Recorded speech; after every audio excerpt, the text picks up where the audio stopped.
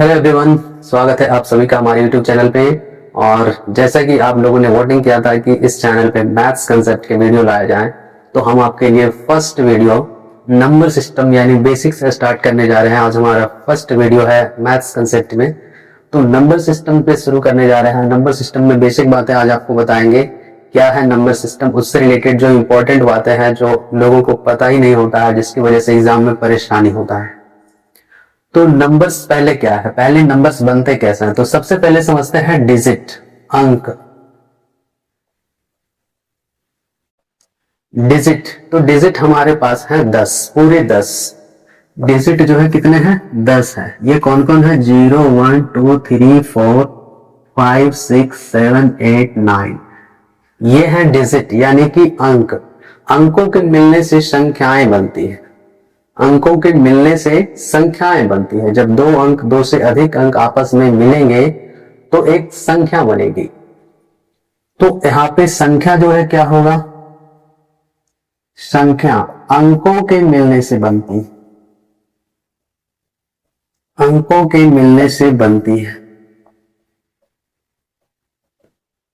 यहां पे कभी कभी हम बोलते हैं जैसे एक अंक की बड़ी संख्या, तो 9 को भी हम संख्या कंसीडर करते हैं।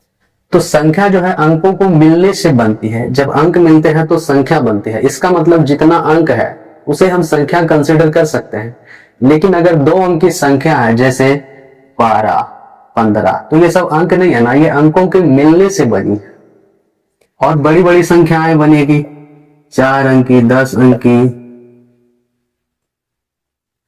तो इस तरह से जो है क्या बनेगी, संख्याएं बनेगी। जितनी बड़ी भी संख्या बना सकते हैं अनलिमिटेड तरीके से, उसका कोई काउंटिंग नहीं है।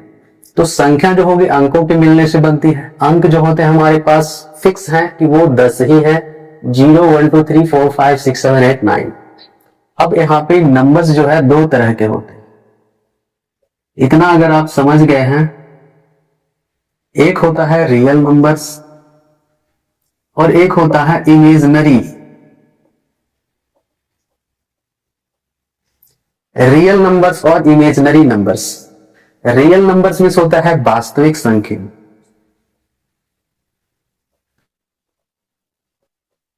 और इमेजिनरी में होता है काल्पनिक संख्या।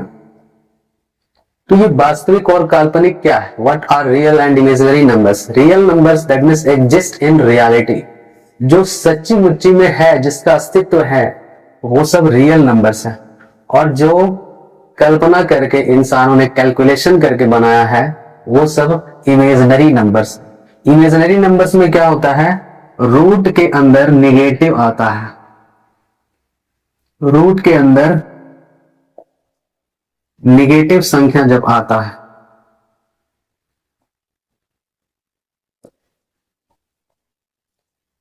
कहने का मतलब हुआ कि जैसे यहां पे हो गया रूट -3।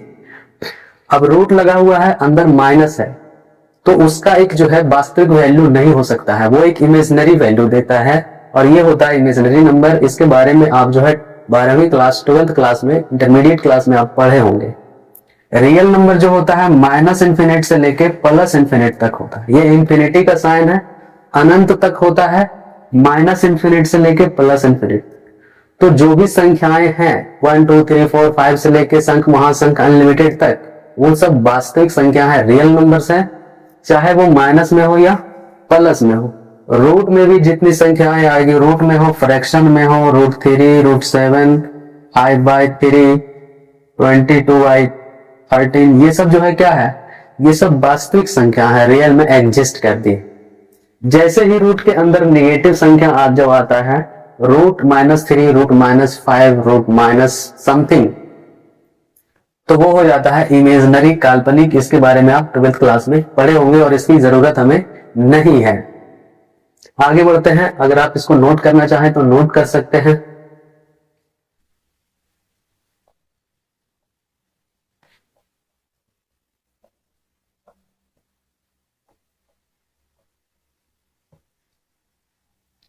वास्तविक संख्या रियल नंबर्स के बारे में आप जानते हैं कि इसमें कितने टाइप्स होते हैं, इसमें किस प्रकार की संख्याएं होती हैं। तो रियल नंबर्स जो होते हैं, इसके अंतर्गत हम आपको बारी बारी से बता देते हैं कि एक तो होगा रेशनल नंबर्स, परिमेय, परिमेय संख्या, रेशनल नंबर्स। और दूसरा होगा अपरिमेय,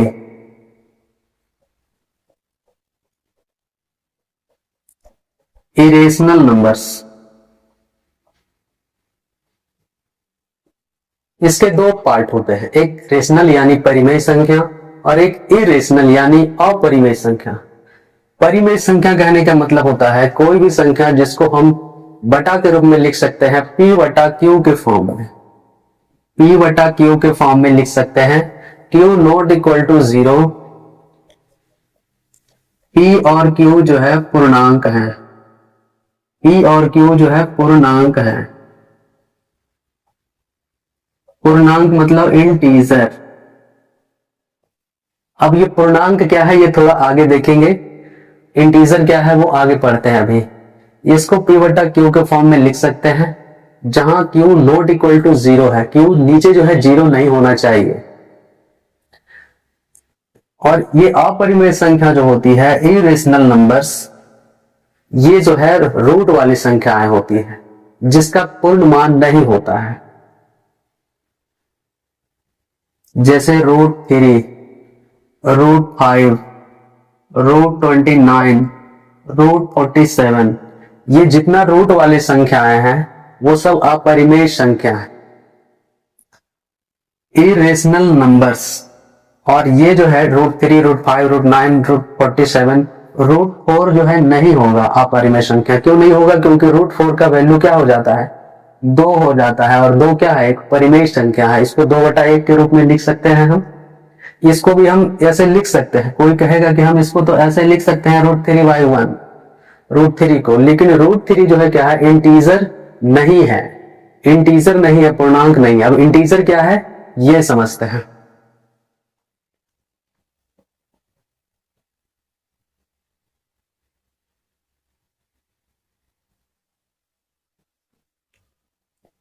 इंटीजर मीन्स पूर्णांक। इंटीजर का मतलब होता है पूर्णांक। पूर्ण मतलब कंप्लीट, और अंक, कंप्लीट अंक, पूर्णांक। तो पूर्णांक जो है उनको कहते हैं जो काउंटिंग नंबर्स है प्लस या माइनस साइन के साथ। तो पूर्णांक जो है इस तरह से शुरू होता है, माइनस, इधर डॉट डॉट डॉट रहेगा, -5, -4, -3, -2, -1, 0, 1, 2, 3, 4, 5। आगे भी अनलिमिटेड और इधर भी अनलिमिटेड, माइनस इंफिनिट से प्लस इंफिनिट। लेकिन यहाँ पे ये बात याद रखना है कि इसमें सिर्फ काउंटिंग नंबर्स ही रहेंगे। काउंटिंग नंबर्स मतलब गिनती वाले नंबर्स। यहाँ पे 1.5 जो है नहीं होगा, 2.3 जो है नहीं होगा, ये सब इंटीजर नहीं होंगे। इंटीजर कौन होगा? जो पूरा पूरा रहेगा प्लस या माइनस साइन के साथ। इसी को कहते हैं इंटीजर यानी पूर्णांक। जो पूरा पूरा रहेगा, चाहे वो प्लस में रहे या माइनस में रहे, उसे कहेंगे इंटीजर। 0 जो है नॉन निगेटिव इंटीजर है, नॉन निगेटिव इंटीजर है। ये बात आप याद रखेंगे कि 0 जो है नॉन निगेटिव, अऋणात्मक पूर्णांक। 0 ना तो धनात्मक है, मतलब ना तो पॉजिटिव है, ना ही निगेटिव है। इसे कहते हैं नॉन निगेटिव, मतलब निगेटिव नहीं है, पॉजिटिव भी नहीं है, निगेटिव नहीं है, नॉन निगेटिव इंटीजर, अऋणात्मक पूर्णांक। 0 जो है सेंटर में रहता है, किसके? इंटीजर के सेट के सेंटर में रहता है। इधर भी निगेटिव में इंफिनिटी तक जाएगा और आगे पॉजिटिव में भी इंफिनिटी तक जाएगा। तो इंटीजर को यही समझना है कि जो पूरा पूरा रहे, रूट में नहीं रह सकता है, ये दशमलव में नहीं होगा, डिवाइड में नहीं होगा, ये पूरा पूरा रहेगा प्लस या माइनस साइन के साथ, पॉजिटिव हो या नेगेटिव हो। 0 एक इंटीजर है, कैसा इंटीजर है? Non negative integer. तो इतना आप समझ गए होंगे। अब आगे देखते हैं इसमें। अब बात करते हैं सबसे बड़े डिफरेंस की, जो परिमेय संख्या और अपरिमेय संख्या में होता है, तो वो है दशमलव प्रसार। तो परिमेय संख्या का दशमलव प्रसार क्या होगा और अपरिमेय संख्या का दशमलव प्रसार क्या? परिमेय में क्या होता है, या तो शांत होगा या अगर अशांत होगा तो वो आवर्ती होगा। इधर क्या होगा, अशांत भी होगा और अनावर्ती भी। शांत कहने का मतलब हुआ टर्मिनेटिंग, जो समाप्त हो जाए, और अशांत आवर्ती कहने का मतलब हुआ नॉन टर्मिनेटिंग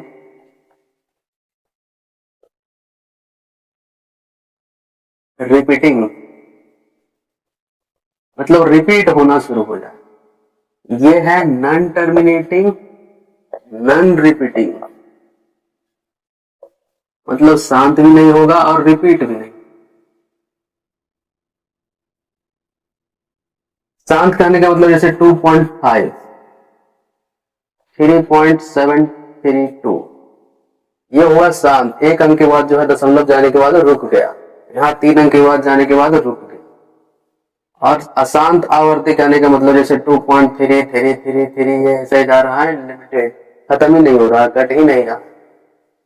तो ये हो गया अशांत आवर्ती, मतलब 3 जो है रिपीट होना चालू हो गया यहाँ दशमलव के बाद। यहाँ पे दशमलव के बाद शांत हो जा रहा था, टर्मिनेटिंग। ये है टर्मिनेट, ये टर्मिनेटिंग नहीं है, ये है नॉन टर्मिनेटिंग बट रिपीटिंग। इधर में क्या होगा कि ना तो टर्मिनेट होगा ना तो रिपीट होगा। जैसे √3 का वैल्यू 1.732 होता है, लेकिन ये ऐसे ही चेंज होते जाता है, रिपीट नहीं होता है, कभी एक पैटर्न फॉलो नहीं करता है। तो वो जो है हो जाएगा अपरिमेय संख्या। इसी से पता चलता है कौन परिमेय है कौन अपरिमेय। पाई जो है एक अपरिमेय संख्या है, ये पॉइंट है, ये इसको याद रखना। लेकिन 22/7 जब कहेगा तो ये परिमेय संख्या हो।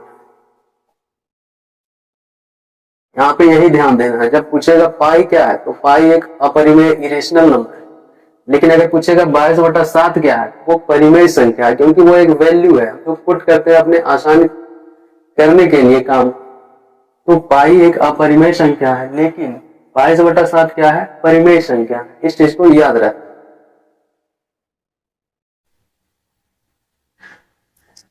पूर्ण संख्या, होल नंबर्स,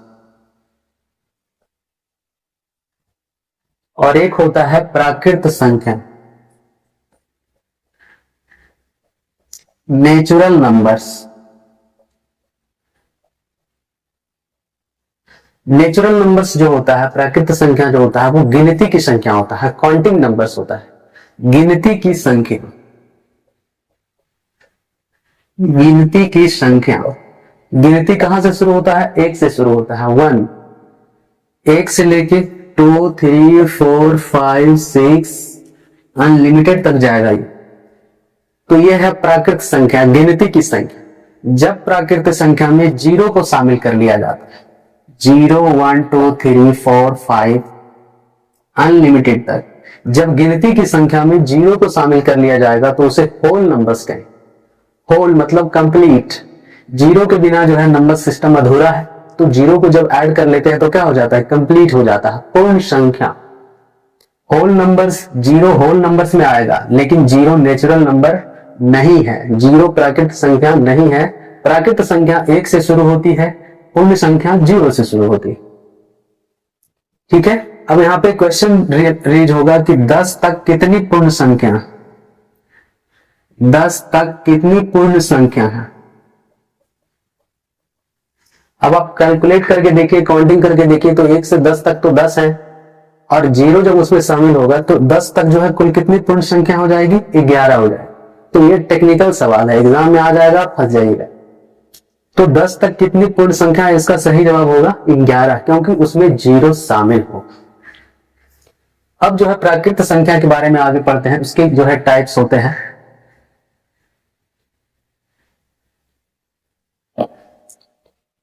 प्राकृत संख्या, इसमें जो है एक होगा सम संख्या,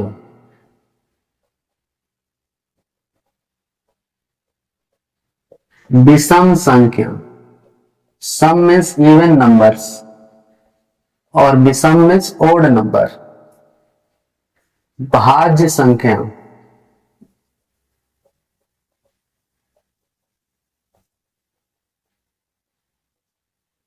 अभाज्य संख्या, भाज्य मतलब कंपोजिट, और अभाज्य मतलब प्राइम। यहाँ पे देखिए प्राकृत संख्या जो है बहुत सारे प्रकार के हैं। सम संख्या आती है, इसमें विषम संख्या आती है, भाज्य संख्या आती है, अभाज्य संख्या आती है। हमने इसको प्राकृत संख्या के अंदर क्यों रखा है? क्योंकि ये सभी संख्या जो है काउंटिंग नंबर्स में ही आती है। ये सब कभी निगेटिव नहीं हो सकता है, ये जो है गिनती की संख्याएं होती है। तो सम संख्या जो 2 से कट जाए, तो 2 से वही कटेगा जिसके अंत में जो है 0, 2, 4, 6, 8 रहे, तभी तो जोड़ा बनेगा। जो 2 से कट जाए अंत में जो है क्या रहेगा? 0, 2, 4, 6, 8 रहे। जैसे एग्जाम्पल में लेते हैं, फॉर एग्जाम्पल 12, 42, 30, 504, 6954। तो ये सब संख्याएं क्या है? सम संख्या है। कैसे पता चल जाता है? देखते ही तो अंत में जो है 2 है, 0 है, 4 है, तो 0, 2, 4, 6, 8 जब अंत में आएगा तो वो एक जोड़ा बन जाएगा, पेयर बन जाएगा, और वो 2 से कट जाएगा। उसको कहेंगे सम संख्या। विषम संख्या जो 2 से नहीं कटे, जो 2 से नहीं कटे, 1, 3, 5, 7, 9, ये सब 2 से नहीं कटने वाला है। और ये जो है 1, 3, 5, 7, 9, ये सब जो इस तरह आगे बढ़ते जाएगा, 11, 13, ये सभी विषम संख्या है। जैसे कोई संख्या रहेगा 5, 3, 7, 1, 2, 9, 3, 3, 5, 6, 9, तो यहाँ पे लास्ट में 1 है, 3 है, 9, तो ये सब संख्या क्या है? विषम संख्या, ओड नंबर्स है, जो 2 से नहीं कटे। कैसे पता चलेगा? लास्ट में 1, 3, 5, 7, 9 रहेगा, तो वो 2 से नहीं कटेगा और वो ओड नंबर कहलाएगा। भाज्य संख्या और अभाज्य संख्या। भाज्य संख्या जिसके जो 2 से अधिक गुणनखंड रखता है, 2 से अधिक गुणनखंड रखता है, जिसके केवल 2 गुणनखंड हो।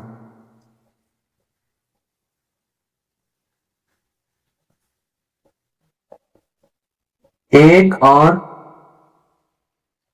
स्वयं। स्वयं कहने का मतलब है खुद। अब जैसे 3 एक संख्या है, अगर मान ले, तो 3 1 से कटेगा और 3 से कटेगा, इसके अलावा वो किसी से नहीं कटेगा। तो 3 जो है क्या हो जाएगा? अभाज्य संख्या। और भाज्य संख्या यानी कंपोजिट नंबर, जो 2 से अधिक गुणनखंड रखता है। जैसे मान लो एक संख्या है 4, तो 4 1 से कटेगा, 4 से कटेगा, लेकिन वो 2 से भी कटेगा, तो उसके जो है 3 गुणनखंड हो गए। तो 4 जो है क्या हो जाएगा? भाज्य संख्या हो जाएगा, कंपोजिट, जो 2 से अधिक गुणनखंड रखता है। और अभाज्य संख्या प्राइम नंबर, जिसके केवल 2 गुणनखंड हो, जो केवल 1 से कटे और अपने से कटे, खुद से कटे। इसको आगे एक्सप्लेन करते हैं।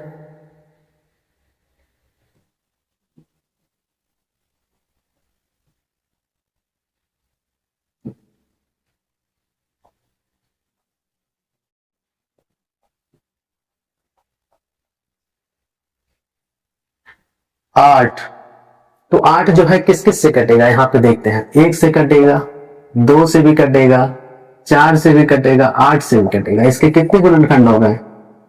4 गुणनखंड। तो ये जो है क्या हो गया? भाज्य संख्या हो गया, कंपोजिट नंबर हो गया, जिसके 2 से ज्यादा गुणनखंड हो, जो 1 से कटे और खुद से कटे, उसके अलावा भी किसी और से कट जाए, वो भाज्य संख्या होगा। अभाज्य में जो है संख्या जो है शुरू होती है 2। 2 जो है सबसे छोटी अभाज्य संख्या है। 2 जो है क्यों है अभाज्य संख्या? क्योंकि 2 1 से कट रहा है और 2 से कट रहा है, इसके 2 ही गुणनखंड है। बात समझ में आ गई होगी कि 2 जो है 1 से कट रहा है और खुद से कट रहा है। 2 जो है क्या है? अभाज्य संख्या है, प्राइम नंबर है। तो अभाज्य संख्या जो है 2 है, 3 है, 5 है, 7 है, 11 है, 13 है, 17 है, 19 है, 23 है, 20, 9 है, 31 है। इसी तरह से जो है जो भी संख्या आपको मिले जिसके केवल दो गुणनखंड हो, एक से कटे और खुद से कटे, उसको कहेंगे अभाज्य यानी प्राइम नंबर। पॉइंट में लिखेंगे 2 एक मात्र सम संख्या है, अभाज्य लिखा गया, अभाज्य यानी प्राइम नंबर। सबसे छोटी अभाज्य संख्या जब पूछा जाएगा प्राइम नंबर तो 2 होगा उत्तर। एक होता है सह अभाज्य संख्या, सह अभाज्य संख्या को प्राइम नंबर्स, वो ऐसी संख्याएं जिनका HCF 1 हो। दो संख्याएं रहेगी जब पेयर में और उनका HCF 1 हो जाएगा। For example 2 5 3 7 8 9। देखिए ये जो है पेयर किसी का भी हो सकता है, कंपोजिट नंबर का भी हो सकता है, उससे कोई मतलब नहीं है। मतलब सिर्फ इसी से है कि जो है HCF 1 आना चाहिए। इन दोनों में कुछ भी कॉमन नहीं हो, कुछ भी कॉमन नहीं हो। HCF 1 होने का मतलब क्या है कि दोनों में कुछ भी कॉमन नहीं है। 2 और 5 में कुछ भी कॉमन नहीं है, 3 और 7 में कुछ भी कॉमन नहीं है। 8 9 दोनों कंपोजिट नंबर है, भाज्य संख्या है, लेकिन इन दोनों का HCF 1 है, इसलिए ये को प्राइम नंबर्स में आएंगे। मतलब ऐसा पेयर जिसका HCF 1 हो जाए उसको को प्राइम नंबर्स कहते हैं। इसमें प्राइम होना जरूरी नहीं है, जैसे 8 प्राइम नहीं है, 9 भी प्राइम नहीं है, लेकिन दोनों का HCF 1 आ रहा है, इसलिए ये जो है को प्राइम नंबर्स में आएगा। तो आप समझ गए होंगे इस चीज को। फ्रैक्शन,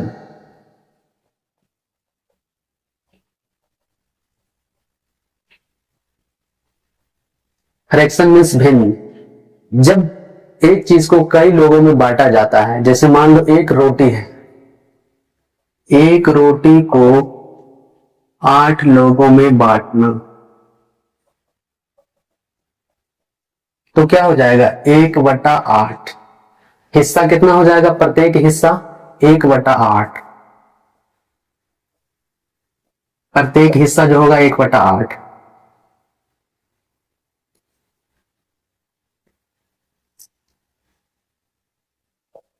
पांच लीटर दूध को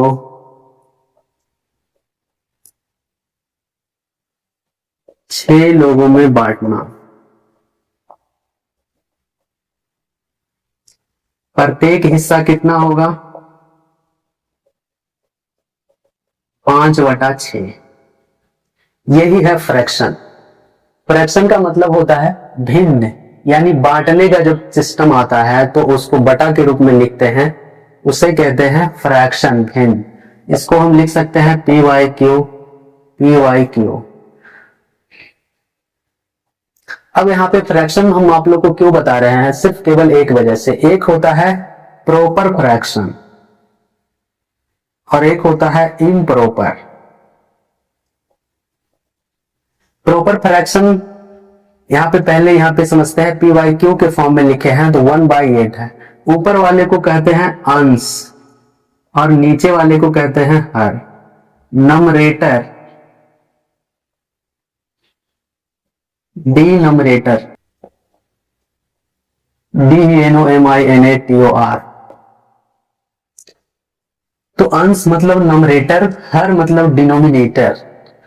यहां पे भी PYQ ऊपर अंश होगा और नीचे हर होगा, नमरेटर और डिनोमिनेटर। तो इतना आप समझ गए होंगे कि ऊपर वाले को कहते हैं अंश यानी नमरेटर और नीचे वाले को कहते हैं हर यानी डिनोमिनेटर। प्रॉपर फ्रैक्शन जो है क्या होगा, प्रॉपर फ्रैक्शन इसमें जो है अंश जो है कम होगा, हर अधिक हो जाएगा। जैसे 3/5, 2/3, 7/11। ये सब क्या है, प्रॉपर फ्रैक्शन। हिंदी में कहते हैं इसको उचित भिन्न।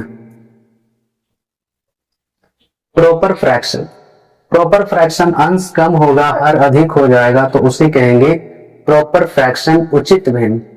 इम्प्रॉपर मतलब हुआ अनुचित, अनुचित भिन्न में क्या होगा, अंश अधिक हो जाएगा, हर कम हो जाएगा, मतलब नोमिनेटर अधिक हो जाएगा, डिनोमिनेटर कम हो जाएगा।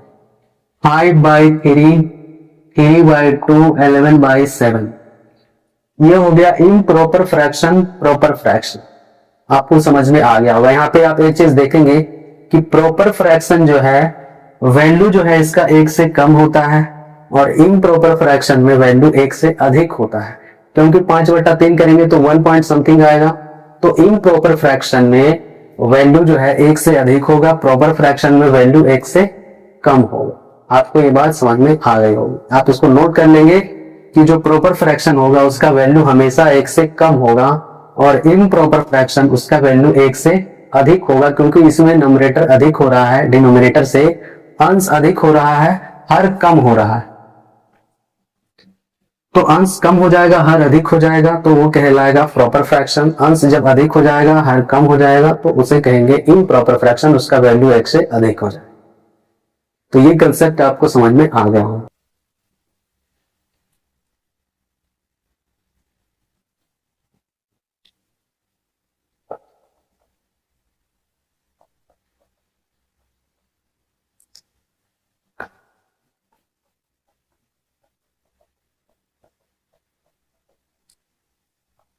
अब समझते हैं इस टॉपिक को, लोकल वैल्यू और प्लेस वैल्यू क्या हो। क्वेश्चन पे आ गए हम। लोकल वैल्यू मीन्स और प्लेस वैल्यू दोनों का एक ही मतलब होता है, स्थानीय मान। अब किसी संख्या में एक अंक का अगर स्थानीय मान निकालना हो तो हम क्या करेंगे, क्वेश्चन डायरेक्ट आता है यहाँ पे, जैसे 53794 में 3 का लोकल या प्लेस वैल्यू क्या होगा। तो 3 जो है यहाँ पे है, इसके बाद देखिए जो है 3 डिजिट है, दाईं तरफ कितने डिजिट है, 3 डिजिट है। तो प्लेस वैल्यू लोकल वैल्यू निकालने के लिए दाईं तरफ जितने अंक रहेंगे उतने 0 लगा देंगे। तो 3 का लोकल या प्लेस वैल्यू क्या हो गया, 3000। अगर आपको कहा जाए कि आप 5 का बता दीजिए, तो 5 के बाद दाईं तरफ जो है राइट हैंड में 1 2 3 4 डिजिट है, तो 4 0 लगा देंगे। 7 का कहेगा अगर लोकल वैल्यू या प्लेस वैल्यू, तो 7 के बाद 2 डिजिट है तो 2 लगा देंगे। 9 का कहेगा तो क्या हो जाएगा, 9 0। 4 के बाद कोई है ही नहीं, तो 4 का जो है लोकल प्लेस वैल्यू इस संख्या के लिए क्या हो जाएगा, 4 हो जाएगा। ये बात आपको समझ में आ गई होगी। लोकल वैल्यू और प्लेस वैल्यू निकालने के लिए राइट हैंड में जितने डिजिट होंगे उस संख्या में उतने 0 लगा देंगे, हमें लोकल वैल्यू प्लेस वैल्यू मिल जाएगा, स्थानीय मान मिल जाएगा। ठीक है। अब यहां पे देखते हैं, एक होता है फेस वैल्यू, अंकित मान, कभी नहीं बदलता है। जैसे अभी आप देखे थे कि 5 के लिए लोकल वैल्यू क्या हो गया था, 50,000 हो गया था यहाँ। लेकिन जब अंकित मान पूछा जाएगा 53794, इसमें किसी का भी अंकित मान निकालना रहेगा, तो 5 के लिए क्या हो जाएगा, 5 का अंकित मान पूछेगा तो 5, मतलब जो वैल्यू रहेगा डिजिट का वही उसका फेस वैल्यू होगा। तो 5 का 5 हो जाएगा, 3 का जो है कॉमा लगा देते हैं, 3 का 3 हो जाएगा, 7 का 7 हो जाएगा, 9 का 9 हो जाएगा, और 4 का 4 हो जाएगा। यहाँ पे यही बात समझना है कि फेस वैल्यू जो होता है उस डिजिट का वैल्यू होता है, वो कभी चेंज नहीं होता, बदलता ही नहीं है। जो रहता है जिसका पूछेगा वही उत्तर हो जाएगा। 5 का पूछ लो, 3 का पूछ लो, किसी भी संख्या में पूछ लो, वही का वही रह जाता है, वो बदलता नहीं है, उसमें 0 वगैरह नहीं लगता। इसमें क्या है, लोकल वैल्यू और प्लेस वैल्यू में राइट हैंड में जितने डिजिट रहेंगे उतने 0 लग जाएंगे।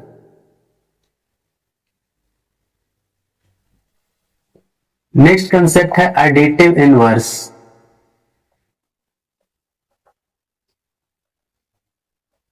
योगात्मक प्रतिलोम।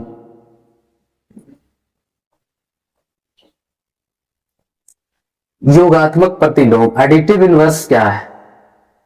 तो किसी संख्या का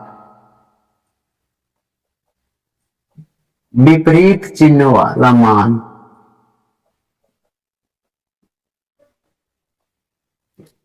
किसी संख्या का विपरीत चिन्ह वाला मान जो है उसका एडिटिव इनवर्स होता है, योगात्मक प्रतिलोम। इसको ऐसे समझते हैं, जैसे 5 के लिए क्या हो जाएगा, 5 अगर पॉजिटिव में है तो इसका योगात्मक प्रतिलोम क्या हो जाएगा, -5 हो जाएगा। अगर -7 का पूछेगा तो क्या हो जाएगा, 7 हो जाएगा। अगर 26 का पूछ लिया योगात्मक प्रतिलोम तो क्या हो जाएगा, -26 हो जाएगा। एडिटिव इनवर्स इसी को कहते हैं कि संख्या का विपरीत चिन्ह वाला मान। अगर -33 का पूछ लिया तो माइनस में पहले से है तो ये इसका जो है क्या हो जाएगा, प्लस में हो। माइनस को प्लस कर देना है, प्लस को माइनस कर देना है। एडिटिव इनवर्स इसी को कहते हैं, योगात्मक प्रतिलोम। बात समझ में आ गई होगी। अब यहां पे समझते हैं गुणात्मक प्रतिलोम, मल्टीप्लीकेटिव, MULTIPLICATIVE, मल्टीप्लीकेटिव इनवर्स। गुणात्मक प्रतिलोम इसे कहते हैं, गुणात्मक प्रतिलोम, मल्टीप्लीकेटिव इनवर्स, गुणात्मक प्रतिलोम। अब गुणात्मक प्रतिलोम कैसे निकालेंगे, किसी संख्या या भिन्न के अंश को हर में और हर को अंश में बदल देना।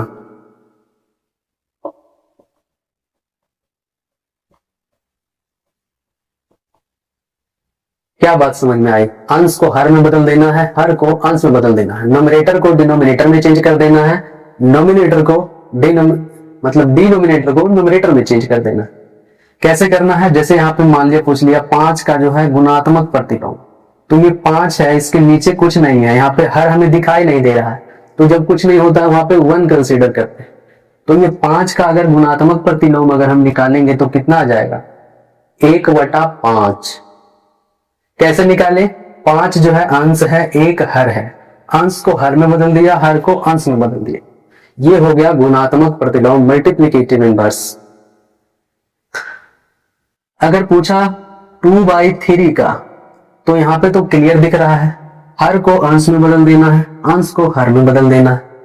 तो ये हो गया गुणात्मक प्रतिलोम, मल्टीप्लीकेटिव इनवर्स। अब यहाँ पे एक चीज समझिए कि इसको एडिटिव इनवर्स और मल्टीप्लीकेटिव इनवर्स क्यों कहा जाता है। इन दोनों को जब जोड़ेंगे 5 और -5 को, तो 0 आएगा। इसका मतलब, कहने का मतलब हुआ कि एडिटिव इनवर्स में जोड़ने के बाद 0 आता है, और मल्टीप्लीकेटिव इनवर्स में क्या हो रहा है, जब इन दोनों को गुना करेंगे तो वैल्यू 1 आएगा।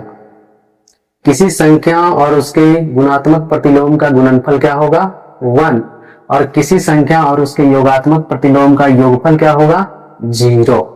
ये चीज याद रखनी है। यहां पे कहीं मैं लिख देता हूं अगले डेस्क पे, अगले बोर्ड पे, तो यहां पे आप इसको नोट कर लीजिए।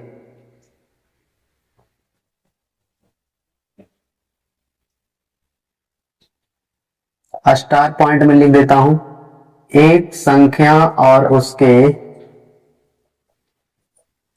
योगात्मक प्रतिलोम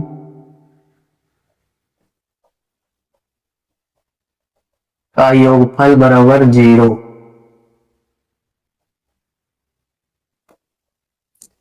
एक संख्या और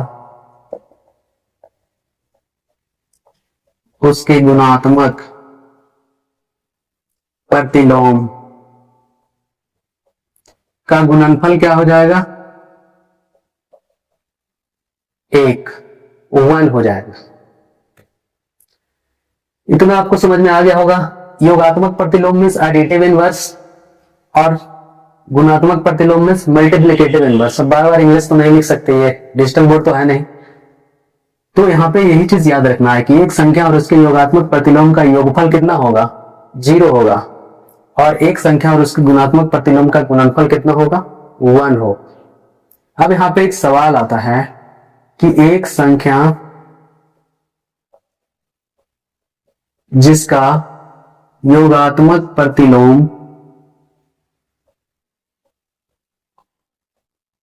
भी वही है जो उसका गुणात्मक प्रतिलोम है।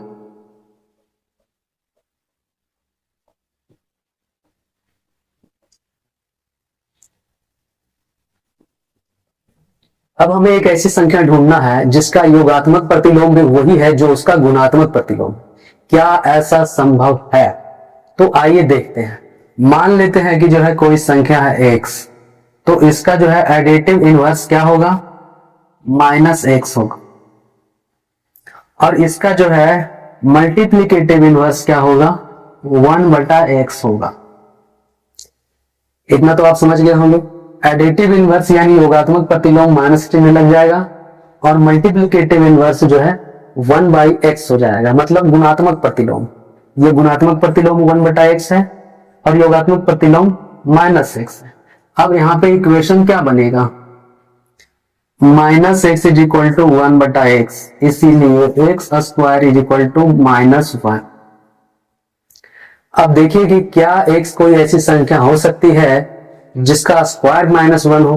तो स्क्वायर कभी निगेटिव में नहीं हो, यानी ऐसा कोई रियल नंबर नहीं होगा, वास्तविक संख्या नहीं है जिसका योगात्मक प्रतिलोम भी वही है जो उसका गुणात्मक प्रतिलोम। रियल में ऐसी कोई संख्या नहीं है, लेकिन इमेजिनरी में हो सकता है। अब क्योंकि जो है i² इज इक्वल टू -1 आपने पढ़ा होगा 12th में फॉर्मूला। i की जो वैल्यू होती है -1 प्लस अंडर रूट माइनस में 3/2 करके, तो i² इज इक्वल टू -1, तो ये जो है क्या होगा? i बराबर काल्पनिक संख्या। ये 12th का कंसेप्ट था, i² is equal to -1, i को आयोटा बोलते हैं। तो रियल में ऐसा कोई संख्या नहीं है, लेकिन यहाँ पे दिया हुआ नहीं है कि वास्तविक संख्या है कि काल्पनिक संख्या है। तो इमेजिनरी नंबर हो सकता है जिसका एडिटिव इनवर्स भी वही हो और मल्टीप्लिकेटिव इनवर्स भी वही हो। तो ऐसा कोई रियल नंबर एग्जिस्ट नहीं करता है, बट इमेजिनरी नंबर में इसका सॉल्यूशन अवेलेबल है। i उसका आंसर हो जाएगा, i एक काल्पनिक संख्या। आज का ये लास्ट कॉन्सेप्ट बता रहे हैं विभाज्यता के नियम, divisibility rule, DIVISIBILI, divisibility rule,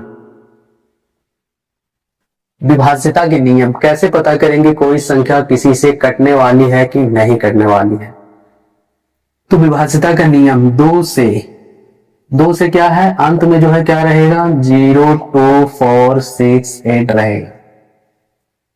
3 से जो है कैसे पता करेंगे कि 3 से कोई संख्या कटने वाली है? अंकों का कुल जोड़ 3 से कट जाए। अब जैसे इतना बड़ा एक संख्या लिखा है 3 2 5 1 6 5 11 9 20 5 25 3 27 2 29। अगर इसमें 1 लगा देते हैं हम, अब आप इसको जोड़िए पूरा, 2 + 3 + 1 + 5 + 9 + 5 + 3 + 2 + 1 बराबर 3 2 5 1 6 5 11 9 20 5 25 3 28 2 30 तक ही था। तो यहाँ पे 30 आ रहा है, तो 30 आने का मतलब क्या हुआ? 3 से कट रहा है। जब 3 से कट जाएगा तो ये जो है 3 से क्या हो जाएगा? विभाज्य हो जाएगा। इतना बड़ा संख्या आपको उदाहरण लेके दिखा दिया। आप कोई भी संख्या ऐसी लीजिए जिसके सभी अंकों को जोड़ने पर अगर वो 3 से कट जा रहा है तो वो संख्या भी क्या होगी? 3 से कट जाएगी। 5 से डिविजिबिलिटी रूल क्या है? अंत में जो है 0 या 5 अवश्य हो। जिसके अंत में 0 या लगा रहे या फिर 5 लगा रहे, जिस भी संख्या के अंत में 0 या 5 लगा रहे वो 5 से कट जाए। 6 से कैसे पता करेंगे? जो 2 और 3 दोनों से कट जाए।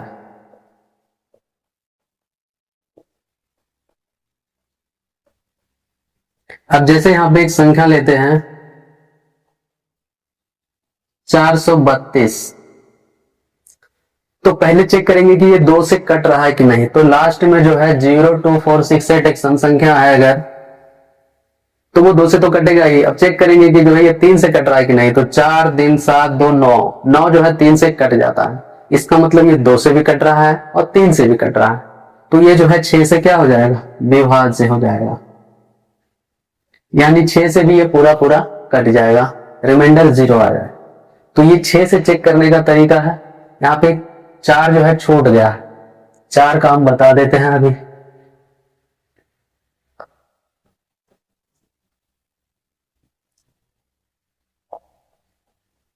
चार से कैसे पता करेंगे, अंतिम 2 अंक 4 से कट जाए। 4 से क्यों अब छोड़ दिए थे बीच में, उसका रीजन भी अभी आपको पता चल जाएगा। अंतिम 2 अंक जब 4 से कट जाएगा तो पूरी संख्या ही 4 से कट जाएगी। अगर अंतिम 2 अंक 4 से कट रहा है तो पूरी संख्या ही 4 से कट जाएगी। जैसे हम अगर कुछ भी लिख दें 5 3 9 6, लेकिन अगर अंत में हम 24 लिख देते हैं तो अंत का जो 2 डिजिट है ये 4 से जो है कटने वाला है, तो ये पूरी संख्या जो है क्या होगी, 4 से कट जाएगी ऑटोमेटिक। और यही जो है 8 से जब चेक करना रहेगा, अंतिम 3 अंक, कितने, 3 अंक 8 से कट जाए। अंतिम 3 अंक जो है 8 से कट जाता है अगर, तो पूरी संख्या ही 8 से कट जाएगी। अब जैसे 6 9 5 3 2, लास्ट में अगर हम लिख देते हैं 64। अब यहां पे देखिए हमारा जो है लास्ट जो है 3 डिजिट है 264, 8 या 24, 2 बचेगा 4, फिर 8 या 24 कट जाएगा, तो ये पूरी संख्या जो है क्या होगी, 8 से विभाज्य हो जाएगी। यही इसका कंसेप्ट है। जब 4 से अगर चेक करना हो तो लास्ट के 2 डिजिट चेक करेंगे, जब 8 से चेक करना हो तो लास्ट के 3 डिजिट चेक करना हो। अगर आप समझ गए होंगे, अगर 16 से चेक करना हो तो लास्ट के 4 डिजिट अगर चेक कर ले तो कितना बढ़िया हो जाए। तो इतना ही याद रखना, 16 वाला का जरूरत पड़ता नहीं है कैलकुलेशन में। 8 से अगर चेक करना हो, अंतिम 3 अंक 8 से अगर कट रहा है तो वो 8 से जो है विभाज्य होगा। अब आगे बढ़ते हैं, इसमें 2 और है, 9 और 11 का बता देते हैं। 9 से अंकों का कुल जोड़ 9 से कट जाए। जैसे 7 2 9, 7 + 2 + 9 बराबर 18, तो ये 729। देखिए यहाँ पे जोड़ क्या आया, 18, तो 18 9 से कट रहा है। 3 वाले में क्या चेक किए थे कि 3 से कट रहा था जोड़ने के बाद, 9 वाले में भी सेम रूल लग रहा है कि जोड़ने के बाद 9 से कटना चाहिए, तो जो है वो पूरी संख्या 9 से कट जाएगी। 11 चेक करना रहेगा, 10 से तो आसान है कि लास्ट में 0 रहेगा। 5 मिनट 5 मिनट जाओ उधर।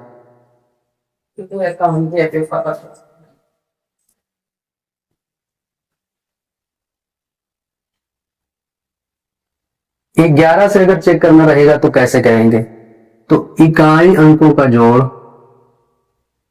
नहीं, 11 से जब चेक करना रहेगा तब सम स्थान के अंकों का जोड़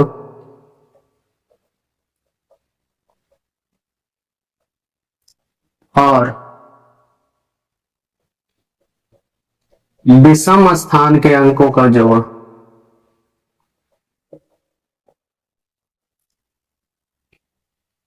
बराबर हो जाए,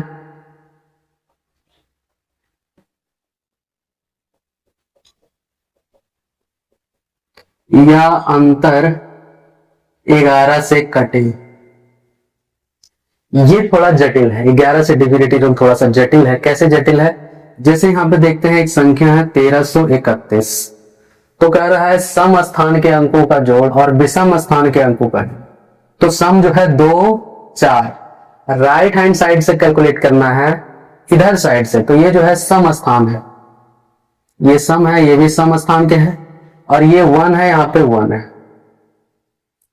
तो सम स्थान के अंकों का जोड़ और विषम स्थान के अंकों का जोड़, तो 1 और 3 कितना हुआ, 4। सम स्थान के अंकों का जोड़ कितना हो गया, 4, और विषम स्थान के अंकों का जोड़ निकालेंगे, विषम स्थान के अंकों का जोड़, तो ये भी 4 है।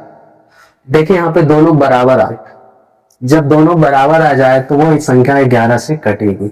या फिर हम 4 माइनस 4 करेंगे तो 0 आ जाएगा। तो 0 जो है सबसे डिविजिबल है, 0 बटा समथिंग कुछ भी लिख दो चलेगा। अगर घटाने के बाद 11 से कटने वाली कोई संख्या आ जाए, जैसे यहाँ पे मान लो आ जाए, मान लो इधर आ जाए 17 और इधर आ जाए 6, तो 17 में से 6 घटेगा तो कितना आ जाए 11। कैसे 17 आएगा यहाँ पे देख लेते हैं। एक संख्या रहेगा 8 9 3 3। अब देखिए ये 9 और 8 कितना हो जाएगा 17 हो जाएगा, और ये 3 और 3, तो ये 3 और 3 जो है 6 हो जाएगा। 17 में से 6 घटेगा तो 11 बचेगा। जैसे ही डिफरेंस जो है 11 से कटने वाला मिले तो वो पूरी संख्या जो है, यानी कि ये 83 93 जो है 11 से पूरा पूरा कट जाएगा। आप भाग लगा के देख सकते हैं। तो ये था जो है डिविजिबिलिटी रूल, आपको समझ में आ गया होगा। आगे यूज करेंगे इसको क्वेश्चंस में। एक बहुत इंपॉर्टेंट टॉपिक जो लास्ट में हम आपको बता रहे हैं, सबसे लास्ट में डिविजिबिलिटी रूल से संबंधित है वो। एक इंपॉर्टेंट कंसेप्ट ये है कि जब कोई संख्या जो है 3 अंक की संख्या अगर दोबारा रिपीट हो जाए, अगर 3 अंक की संख्या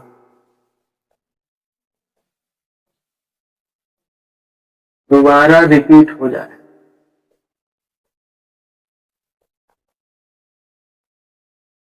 तो वह, अब 3 अंक की संख्या दोबारा रिपीट हो जाए, इसका कहने का मतलब है जैसे एक बार लिखे 343 और फिर उसके बगल में लिख दिए 343, इस तरह से, तो वह 7 11 13 से विभाज्य होती है।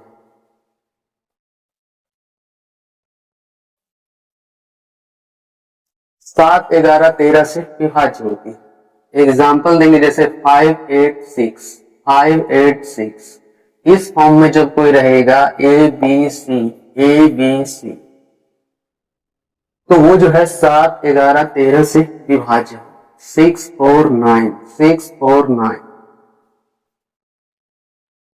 3 अंक की संख्या जब 2 बार रिपीट हो जाए, 4 बार रिपीट हो जाए, 6 बार रिपीट हो जाए, सम संख्या में रिपीट होना, तो वो जो है 7 11 और 13 से विभाज्य होती है। क्यों ऐसा होती है? क्योंकि जब आप 7 गुने 11 गुने 13 करेंगे, 7 गुने 11 गुने 13 करेंगे तो 11 शते 77 गुने 13 आएगा, 13 शते 91, 13 शते 91 और 900, 1001 गुने कोई भी 3 अंक की संख्या जब करेंगे,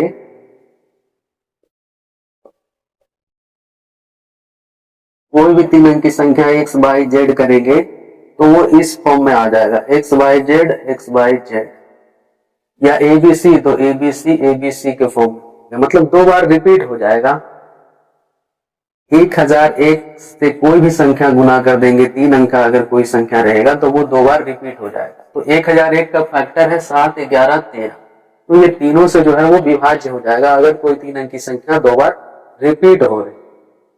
तो उम्मीद है कि ये चीज आपको समझ में आ गया होगा। बहुत इंपॉर्टेंट कंसेप्ट है, इस पे क्वेश्चंस इस तरह से आएंगे, जैसे क्वेश्चन दे दिया रहेगा आपको कि 5 8, यहाँ पे डैश डैश है, 6 5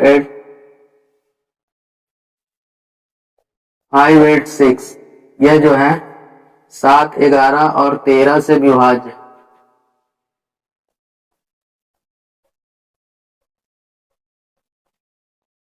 तो खाली स्थान क्या होगा? तो यहाँ पे देखिए जब भी अगर कोई संख्या 7 11 और 13 से विभाज्य है तो वो 2 बार रिपीट होगा, तो इधर 5 8 6 है तो यहाँ भी 5 8 क्या होना चाहिए? 6 होना चाहिए। तो ये लॉजिक है इस कंसेप्ट का। इस पे सवाल हम आगे करेंगे, पहले इतना आप समझ लीजिए, नोट कर लीजिए।